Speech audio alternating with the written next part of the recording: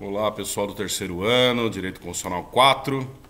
Iniciamos hoje aqui nossas gravações das aulas para vocês à distância, seguindo as orientações do professor Rui Piva. Estou em casa, então é possível que tenha alguns barulhinhos aí, peço desculpas desde já, mas estou em casa com a minha família e é isso que a gente tem que fazer agora, né? Então não tem saída. Muito bem, gente. A matéria de vocês ficou dividida da seguinte forma. Primeiro bimestre, eu vou cobrar de vocês processo legislativo e poder executivo. E joguei a matéria do Poder Judiciário para o segundo bimestre, para ficar uma divisão mais equitativa, mais equilibrada em termos de quantidade de conteúdo. Tá certo? Na realidade, nós temos aí algumas atividades já realizadas por vocês, atividades presenciais em sala de aula e atividades à distância. E eu vou postar para vocês uma atividade para complementar a nota, como se fosse uma prova. E essa atividade vai comportar, então, essa matéria do primeiro bimestre. Tá legal? Então, hoje nós iniciamos aí uma revisão da matéria do primeiro bimestre, planos de aula 1 a 4, para a gente realizar essa atividade. Tá legal? E aí, a partir da semana que vem, nós retomamos a matéria do segundo bimestre, da onde a gente parou. Tá legal? Então vamos lá. Bom, a gente estudou lá no primeiro plano de aula o processo legislativo. Nós vimos que o processo legislativo ordinário, que é aplicado à lei ordinária e à lei complementar, ele é composto de 3 fases.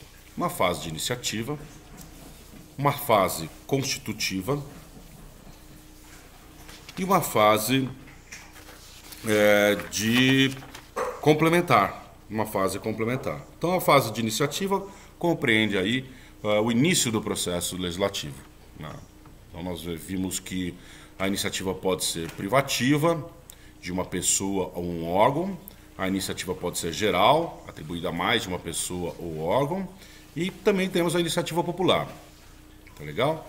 A fase constitutiva ela é composta da deliberação parlamentar nas 2 casas, na casa iniciadora e na casa revisora, e também pela deliberação executiva, quando o presidente da República, no caso da esfera federal, vai deliberar sobre a sanção ou o veto ao projeto de lei.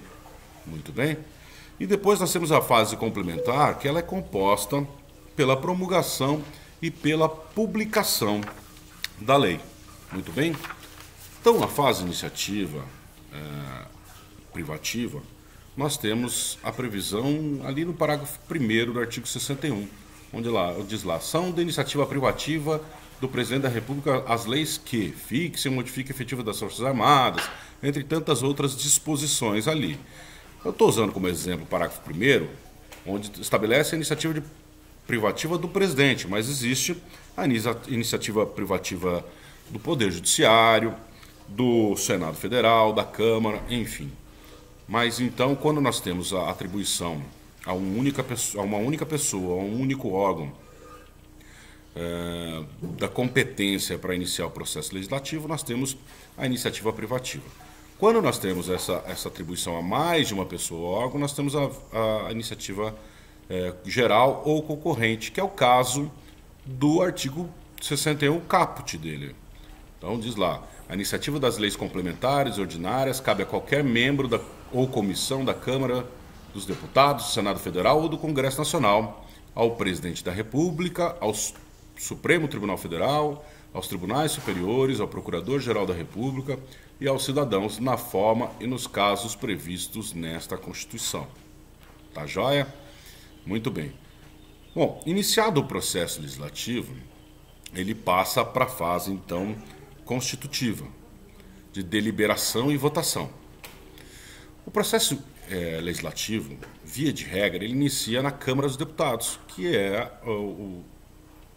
a casa legislativa que representa o povo, né? Então, na maior parte dos casos, o projeto de lei tem início na Câmara dos Deputados. E então, o Senado Federal vai funcionar como uma casa de revisão. Então, a Câmara é a casa iniciadora e o Senado a casa revisora. No entanto, se o projeto de lei for apresentado por um senador ou por uma comissão do Senado, então a casa iniciadora será o Senado Federal e a Câmara funcionará então como a casa revisora. Muito bem?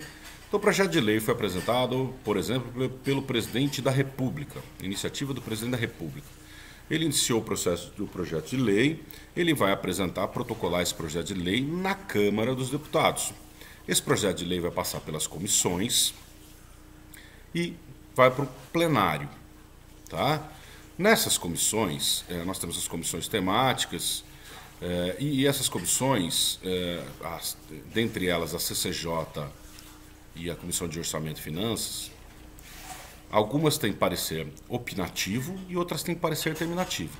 No caso da maior parte das comissões temáticas, elas têm parecer opinativo, elas dão uma opinião sobre o projeto de lei, que pode ser ou não acatado pelo plenário.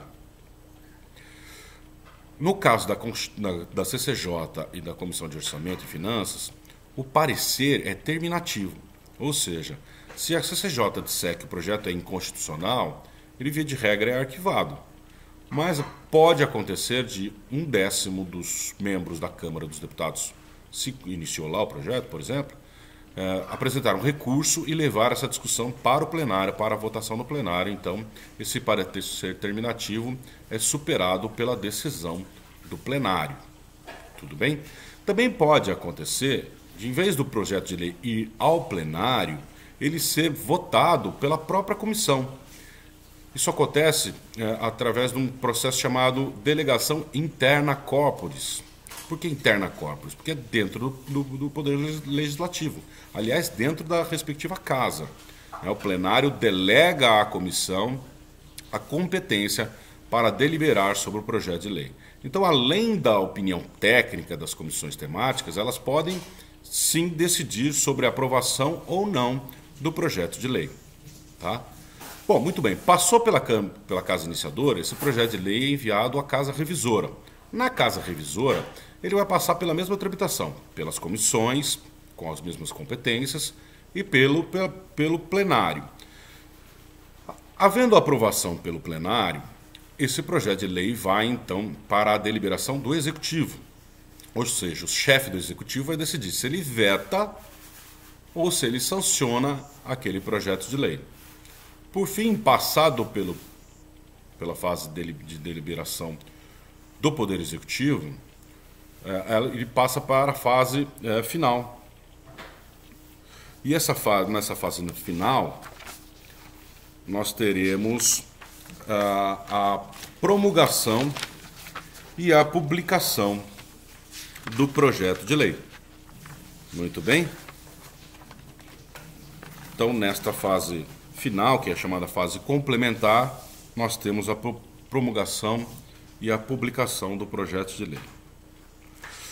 Voltando um pouquinho na fase constitutiva, na fase de deliberação, nós podemos ter a seguinte situação.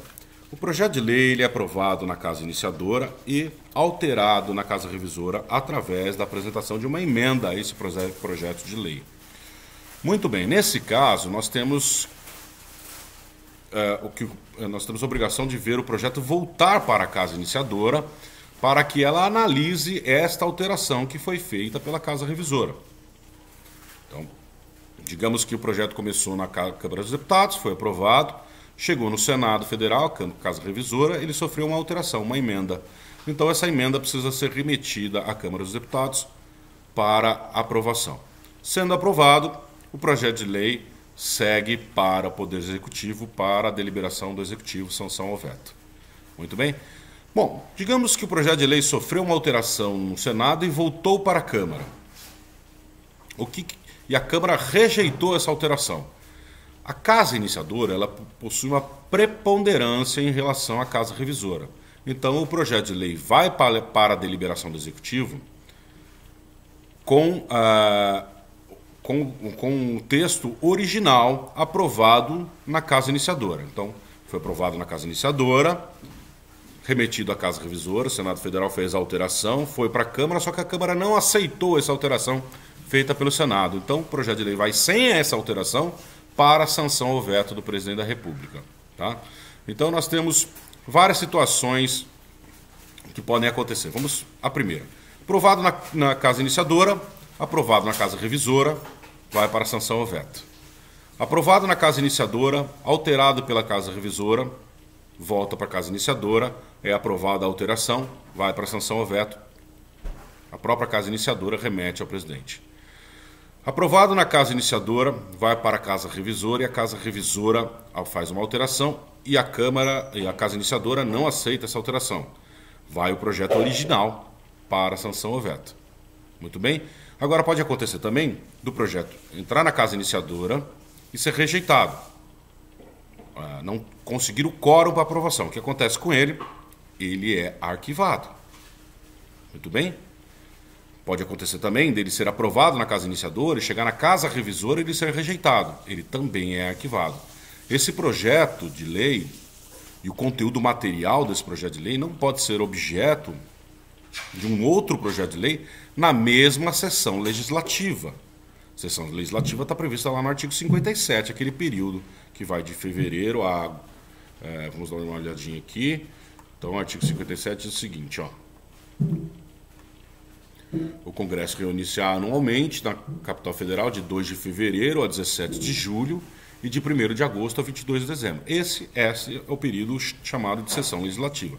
Então, se o projeto foi rejeitado em qualquer das casas e foi arquivado, ele, a princípio, não pode ser reapresentado ou a sua matéria não pode ser objeto de novo projeto de lei, salvo se houver recurso da maioria absoluta de uma das casas. Tá bom? Isso tá lá no artigo 67.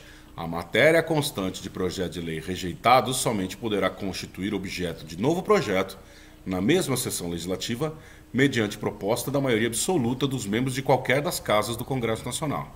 Muito bem? Então, nós vimos aí a deliberação dentro das casas legislativas. Muito bem. Aí, passada essa fase da Casa Legislativa, o projeto de lei segue para a sanção ou veto do Presidente da República. O Presidente da República, então, vai analisar se ele vai sancionar ou se ele vai vetar o projeto de lei. Quando ele sanciona, ele dá a sua anuência àquele projeto de lei. E quando ele veta, ele desaprova aquele projeto de lei. Muito bem. A sanção ela pode ser expressa, ele manifestar isso expressamente, dizendo que está aprovando aquele projeto de lei, ou pode ser tácita. Ela é tácita quando extrapola-se o prazo de 15 dias para o exercício do veto, previsto no artigo 66, parágrafo 1º. Tá? Então está lá no 66, parágrafo 1º. Se o Presidente da República considerar o projeto no todo ou em parte inconstitucional, ao contrário, ou contrário ao interesse público, vetá-lo-á total ou parcialmente no prazo de 15 dias, contados da data do recebimento, e comunicará dentro de 48 horas o Presidente do Senado Federal os motivos do veto. E o parágrafo 3º diz o seguinte, ó, decorrido o prazo de 15 dias, o silêncio do Presidente da República importará na sanção. Tá? Então nós temos aqui a previsão da sanção e do veto, e a sanção tácita no parágrafo 3º e não no parágrafo 1º, como eu havia dito inicialmente. Muito bem. Mas eu disse também que o Presidente da República pode vetar o projeto de lei. Né? Quais são os motivos? A gente acabou de ver aqui no parágrafo 1º. O Presidente da República, se considerar o projeto de lei no todo ou em parte inconstitucional, ele pode vetar. E ele pode vetar também quando for contrário aos interesses públicos. Muito bem. E como ele pode fazer esse veto? Ele pode vetar totalmente o projeto de lei? Pode vetar o projeto de lei inteiramente, totalmente. Mas também ele pode vetar apenas uma parte desse projeto de lei. Mas esta parte não pode se constituir de palavras ou expressões ou frases. O veto só pode recair sobre artigos, parágrafos, incisos e alíneas inteiros. Né? Não pode haver, então, portanto, veto de palavras ou de expressões apenas. Tá legal? Então aqui nós falamos sobre sanção e veto e terminamos aí a fase constitutiva. Lembrando que a fase constitutiva ela é composta da deliberação nas casas legislativas, e da deliberação do Poder Executivo. Muito bem. Terminada a fase, ainda na fase constitutiva, existe uma outra, um outro cenário que pode acontecer. Então nós falamos que o projeto de lei pode ser aprovado na casa iniciadora, na casa revisora, ou alterado, enfim, e enviado ao presidente para sanção ou veto. Digamos que o presidente vete o projeto de lei parcial ou totalmente. Muito bem. Nesse caso, o veto pode ser derrubado pelo Congresso Nacional, né?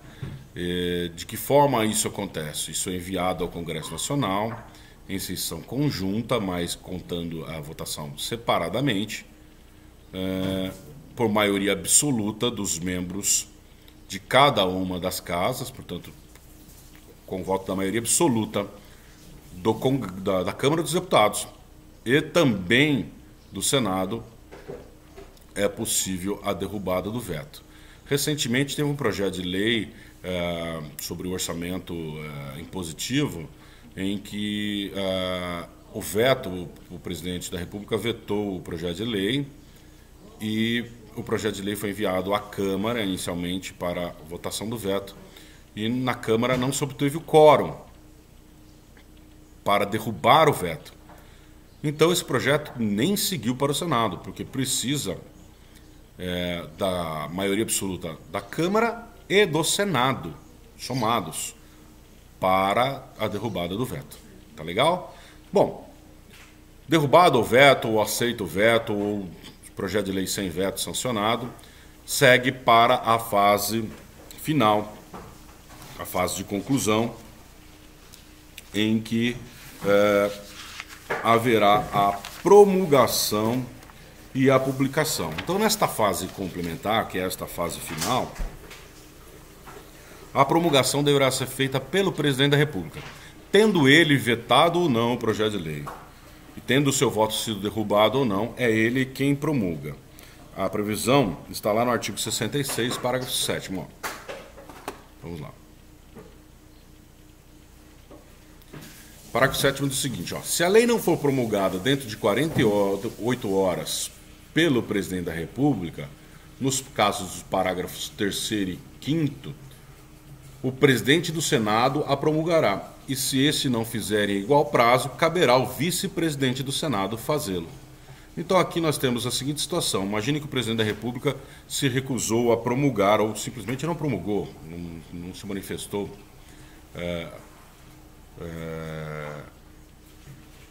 não disse os motivos por que não ia promulgar, cabe então ao presidente do Senado fazê-lo.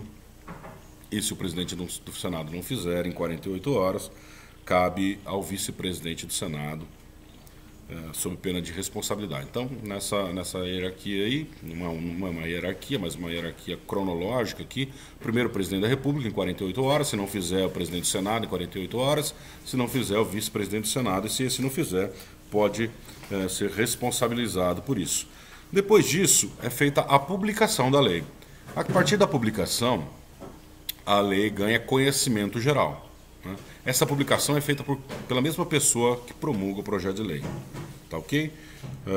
Nós temos como regra geral a lei entrando em vigor a partir de 45 dias da sua publicação, mas existem exceções e a própria Constituição estabelece algumas exceções, exigindo que o projeto seja aprovado no ano anterior para só valer no ano seguinte, como acontece no caso do artigo 16, no que se refere à lei que trate de processo eleitoral.